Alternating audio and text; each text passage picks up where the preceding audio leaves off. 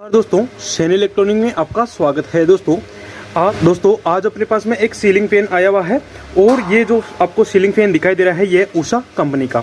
दोस्तों आज हम इसके जो बाहरी कनेक्शन होते हैं वो बताएंगे कि किस तरह से इसके अंदर रनिंग और स्टार्टिंग के अंदर कनेक्शन किया जाता है और किस तरह से इसमें कैपेसिटर का कनेक्शन करते हैं। चलिए दोस्तों, अपने फैन के अंदर दो वाइंडिंग होती है, एक होती है स्टार्टिंग वाइंडिंग और एक होती है अपनी रनिंग वाइंडिंग। तो दोस्तों इसमें जो ब्लैक वायर दिखाई दे रहे हैं आपको, ये इसके स्टार्टिंग वाइंडिंग के हैं और ये जो आपको जो नीला वायर दिखाई दे रहा है ये इसके रनिंग वाइंडिंग के हैं। तो दोस्तों इसके अंदर जो कनेक्शन होते हैं, अपन जो मेन लाइन देते हैं वो हमेशा रनिंग वाइंडिंग के अंदर यानी कि नीले वायर के अंदर देते हैं। चलिए मैं आपको एक दूसरा स्टेटर दिखाता हूँ। एक बार देखिए, जो आपको अंदर की वाइंडिंग दिखाई दे रही है यह है इसकी स्टार्टिंग वाइंडिंग और जो बाहर की वाइंडिंग है यह है इसकी रनिंग वाइंडिंग।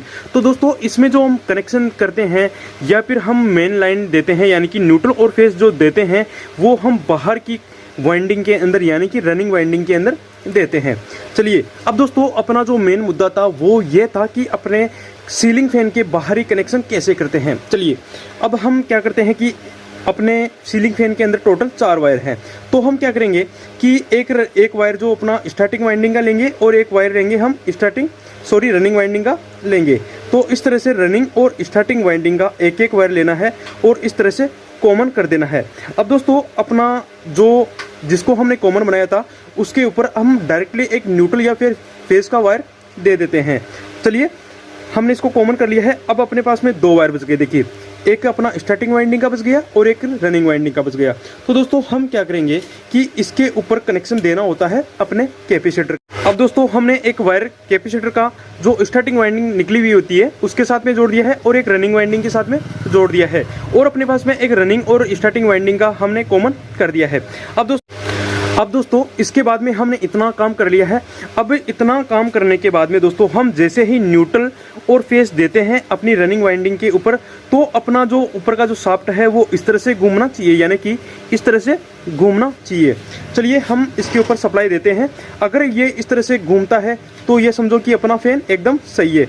तो दोस्तों आप देख सकते हैं कि अपनी शाफ्ट इसी तरह से घूम रही है, इसका मतलब हमने कनेक्शन सही किया है।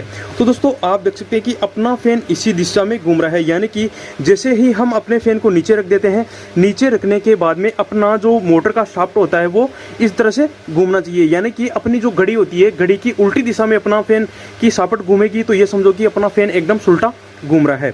चलिए अब उसके बाद में हम इस कंडेंसर कैप को लगा लेते हैं। देखिए चलिए मैं इस कंडेंसर कैप को जल्दी से लगा लेता हूँ और आपको चलाकर दिखाता हूँ।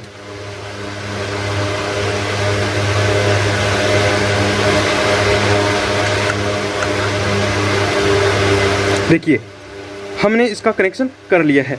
अब चलिए दोस्तों हम इसके अंदर सप्लाई देते हैं तो अपना फैन यानी कि इस दिशा में घूमना चाहिए। चलिए मैं इसको, और दोस्तों आपको सावधानी रखनी है, जैसे मैं तो अभी चप्पल पहना हुआ हूँ लेकिन आपको चप्पल पहन के ही काम करना है। अब देखिए दोस्तों अपना फैन इस दिशा में घूम रहा है यानी कि अपना कनेक्शन एकदम सही हुआ है।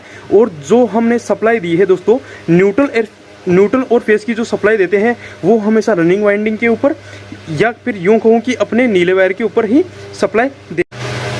अब दोस्तों ये जो हमने ब्लैक वायर के साथ में कंडेंसर का एक वायर जोड़ा हुआ है, इसको हम क्या करेंगे कि अपने कंडेंसर कैप की इस बीच वाले प्रोब के ऊपर इस तरह से ग्रिप कर देंगे। और दोस्तों अपने जो दोनों वायर है जिसको हमने कॉमन किया था और अपने रनिंग वाइंडिंग के साथ में से जो नीला वायर निकला हुआ है उसको ग्रिप किया था, वो इस तरह से इसके अंदर कनेक्शन कर देना है। देखिए तो दोस्तों इसी तरह से आपको कनेक्शन करना है। दोस्तों अगर आपको मेरी जानकारी अच्छी लगी हो तो प्लीज़ वीडियो को लाइक कर देना, कमेंट कर देना और अपने दोस्तों तक शेयर कर देना। धन्यवाद।